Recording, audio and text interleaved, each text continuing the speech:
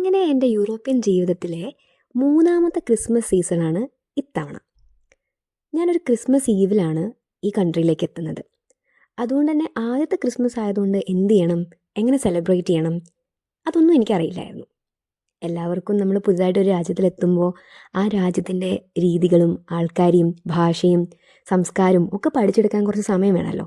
ആ സമയം എനിക്ക് കുറച്ചധികം വേണ്ടി. And the best part I love about this country is ഈ ക്രിസ്മസ് കാർഡ് ഗിവിങ് പരിപാടി. ഇത് മറ്റ് രാജ്യങ്ങളിലുണ്ടായിരിക്കും കേട്ടോ.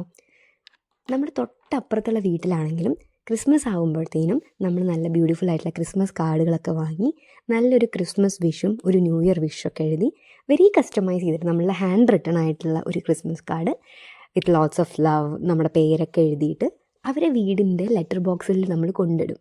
സോ അവർ വന്നിടുന്നത് മേ ബി നമ്മൾ കാണുന്നുണ്ടായിരിക്കും, നമ്മൾ കൊണ്ടിടുന്നത് അവർ കാണുന്നുണ്ടായിരിക്കും. ബിക്കോസ് നമ്മളെല്ലാം നെയ്ബേഴ്സാണ്, ഓരോരോ വീട് അപ്പുറത്തുള്ള ആൾക്കാരാണ്.